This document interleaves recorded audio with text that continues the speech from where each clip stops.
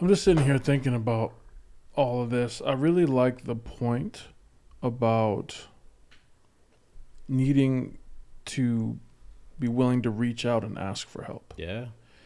And how to put yourself in positions to ask for help. Like the thing about Nitro that I like is you have an opportunity to be exposed to information at the level at which your appetite is. So you put in some work, you have someone there that's willing to have a conversation with you, guide you, etc. In real life, without a foundation or something, you have to find that on your own. Like before I met Michael, I was struggling on my own, like reading all kinds of nonsense. I got a few certifications. Like it was just, I thought I wanted to be in data, but I didn't know the whole picture of tech, of what it was. And whether you are going to meetups locally or going to church or whatever it is you're doing, there are people around you who have experiences, who have lived a life different to yours. And part of this, getting into anything, is just having a little bit of bravery and being willing to approach people humbly and say, look, I don't know, get to know them. The first few sentences that come up in a conversation is like, well, what do you do for work, right? And when you come across someone who's doing the things that you're interested in, say something. Yeah. Ask the question. Like, wow, I would love to hear more about that. I'm actually interested in doing that myself. And you're going to get rejected. People are busy. People don't have time. But that, I think, is something you have to be willing to do. Organizations like what we're trying to do with Nitro, we try to make that a little easier for people.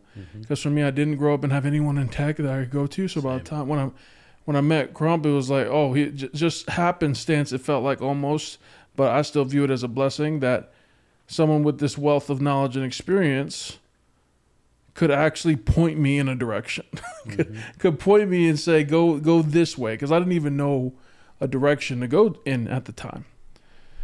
But as I meditate on that and I think about this, is I feel like a lot of people don't have the audacity and combined audacity with the follow through, right? Like you hear someone might do something and you say, but you're too afraid to say, oh wow, I'm really interested in that. You know, could I take you out for a cup of coffee and just pick your brain, or could I get on Zoom? Yeah, audacity is like the gumption. The gumption, yeah. You know, just the it does. It takes a little audacity. It does take a little audacity. I associate that's kind of with bravery. Yeah. Like you have to be a little courageous. You have to be willing to put yourself out there a little bit in order to put yourself in a position to even gain a mentor. And then once you get that, because having a good mentor is so hard to find. Having someone is so hard to find. Once you're in that position, you better perform. That was my thing. When I found Crump, I was like in a position where I was looking for over a year and I was grinding on my own. And I found Michael and he was able to point me in a direction. I wanted to show so much initiative and so much hunger that he was blown away by just what I did without even having to be told. What I don't like, and what I've seen with people, and I'm not talking about the folks that are like, oh, that sounds cool, but then life gets in the way and they go about, they just don't have the time for it. Yeah. Kids, like normal things in life. That's cool. That's what the filler test is for. Do you have the capacity to even take this on? But once you decide, you say, oh, and I do have the capacity and I do want to take this on, and I do make this commitment, then you just stagnate and you don't put in the work and you don't put in the effort and you don't put in the time, even though you have this direction, because to me, you don't really appreciate it. Yeah. Don't give up. Did I ever tell you this story? The struggle is the education. Absolutely. 100%. Did I ever tell you the story about how like Gerald read us our rights at Duke? Man. This would be fun. So it's me and another gentleman come out the first boot camp, and we're working. Now, mind you, and I think he understood this, and as I progressed in my professional career, I don't think he cared, and I don't think I would care. But I do think he knew and saw that our heads were spinning. This was so much more information than we were prepared for. We had 2.5 weeks of like actual instruction with like 3 weeks of like whatever I could pull off the internet before I could like sneeze and look up. They were just like, hey, they want you to come in and work on this date. So a month or two pass and starting to make some new money. Me and this other gentleman, we're feeling like real like cushy and lush. And you know, like the day starts around 8. We're strolling like 8:05. We got my breakfast sandwich and the Bang Energy to help with the headaches I'm getting from all this development. And one day, I'm seething right now thinking about this. Like I'm getting angry again thinking about this. we're just like minding our. Now, mind you, we're performing for what performing means for us. We have very low expectations, and everything that they hand us, we're doing, but we're doing it very lackadaisical.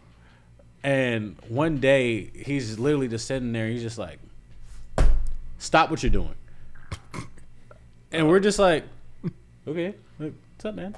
And he was just like, "I don't know how exactly to say this, so I'm going to be very direct with the both of you. Like, all right, you're not working hard enough." And I was like, I go home with a headache every day. What are you talking about? I'm not working. He's like, if I'm beating you here, you're not working hard enough. If I'm leaving after you, you're not working hard enough. You have an it's like a sound bite that they use like a lot in like music. Like, you're in a privileged position to learn a thing or two. Take advantage of it. You're being paid to learn. You're being paid to learn. Learn. And it was right there in that moment where I was just like, because I come from a world, now mind you, we were contract at that moment. I didn't know exactly what contract work really felt like or looked like. I didn't realize that at the end of this that they could really just be like, hey man, appreciate you for those 6 months. And it would not affect them at all.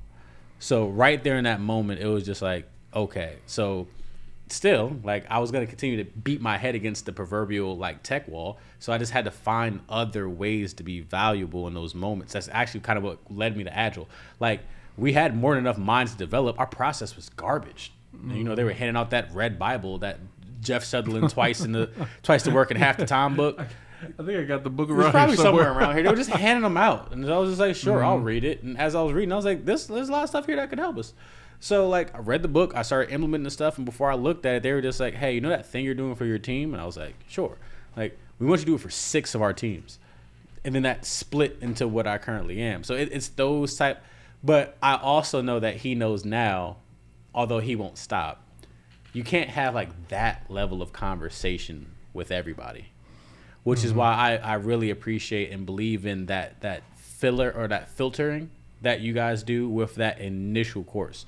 Because you know how word of mouth travels. This is a new come up and look for a lot of people. So people hear, oh, like there's money to be made here, and they just run to it. And they expect you to kind of hand them a lot.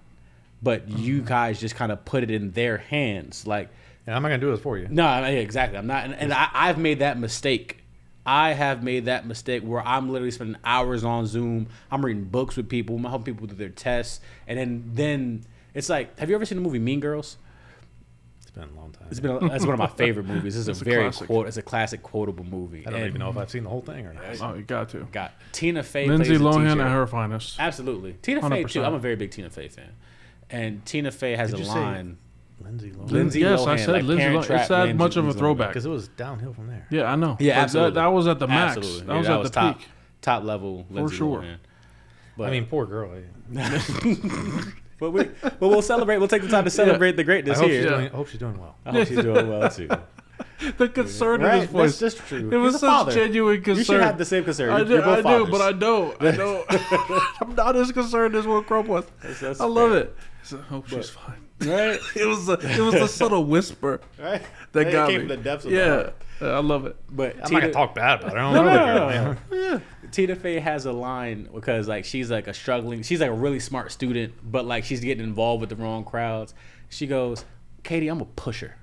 You know what that means? I'm gonna push you to as far as you can go. And I felt that like in my life where I'm just like, when you tell me you want something, if I know how to get it to you, I'm going to do everything in my power to make sure you're in position to get that thing. But when you decide you no longer want it, you have to let me know. And I've had to kind of create those same filters where people come to me, because especially, with Agile, everybody always say, this is the easy way. I don't have to code. I don't have to do any hard work. Okay, I'll get a Scrum cert and I'll just roll through it. And it's just like, Corey, can you help me? And I'm just like, cool, read this. And then I'll check back in 3 weeks, say, hey, man, did you ever read that? Oh, man, I haven't got to it. And in my mind, I go, you've pushed. Check. Yeah. Hey, just give me a call when you go.